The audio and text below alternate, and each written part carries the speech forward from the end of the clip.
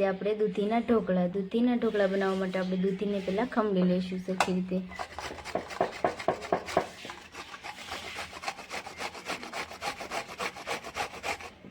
દૂધીને એકદમ સરસ રીતે ખમણી લઈશું.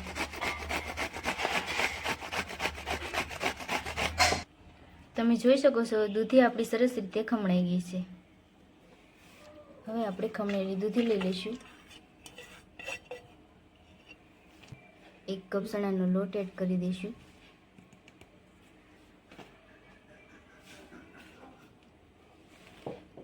અડધો કપ આપણે બાજરાનો લોટ લઈ લઈશું.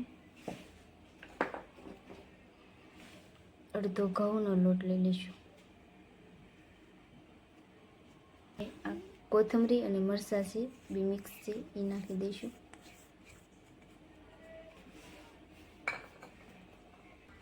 હવે આપણે થોડોક લીંબુનો રસ એડ કરશું.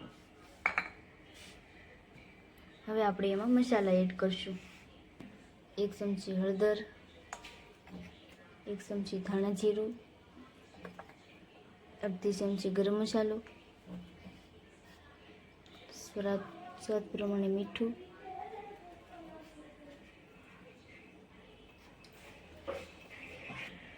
થોડીક આપણે મોરસ નાખશું. સરખી રીતે આને મિક્સ કરી દઈશું. હવે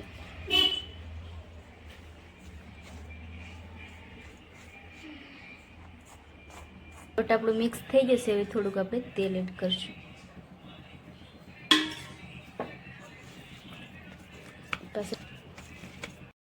સરખી રીતે મિક્સ કરી લઈશું. હવે આપણે એક ડીશમાં ઢોકળા મૂકવાના છે. એમાં આપણે હવે તેલ લગાવી દઈશું.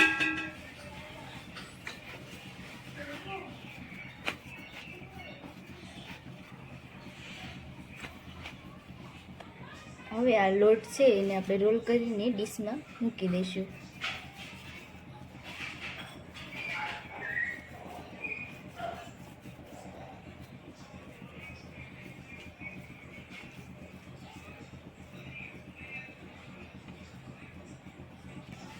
આવી રીતે રોલ કરીને બધા આપણે મૂકી દઈશું. ઢોકળા બનાવવા માટે આપણા રોલ એકદમ તૈયાર છે.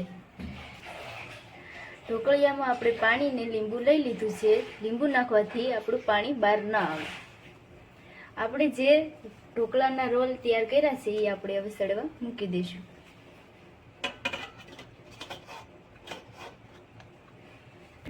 પંદર થી 20 મિનિટ સુધી સરખી રીતે આને સળવા દઈશું. ઢાંકીને હવે આપણે સળવા મૂકી દઈશું. મિનિટ થઈ ગઈ છે. આપણે ઢોકળા સળી ગયા છે એ જોઈ લઈશું.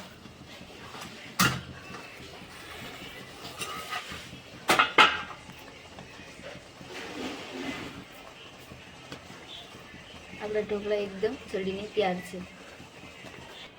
હવે આપણે ઉતારી લઈશું. ઢોકળા આપણા સળી ગયા છે. હવે આને 5 મિનિટ ઠરવા દઈશું. ઢોકળા આપણા એકદમ ઠરી ગયા છે. હવે આને કટ કરી લઈશું.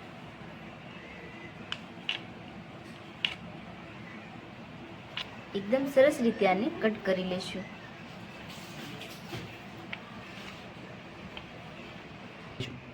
ઢોકળા આપણે એકદમ કટિંગ થઈ ગયા છે. હવે આને વઘારી લઈશું.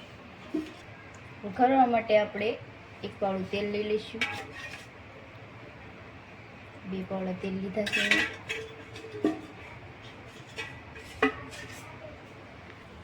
તેલ આપણું ગરમ થઈ ગયું છે. હવે એમાં રાઈ,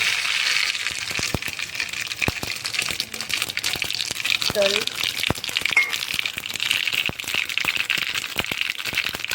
વઘાણી અને મીઠા લીમડાના પાન,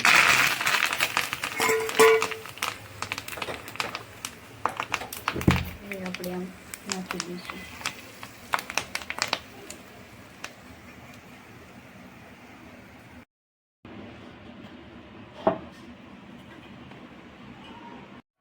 અમારી રસોઈ તમને ગમી હોય તો લાઈક, શેર અને સબસ્ક્રાઈબ કરી નાખજો.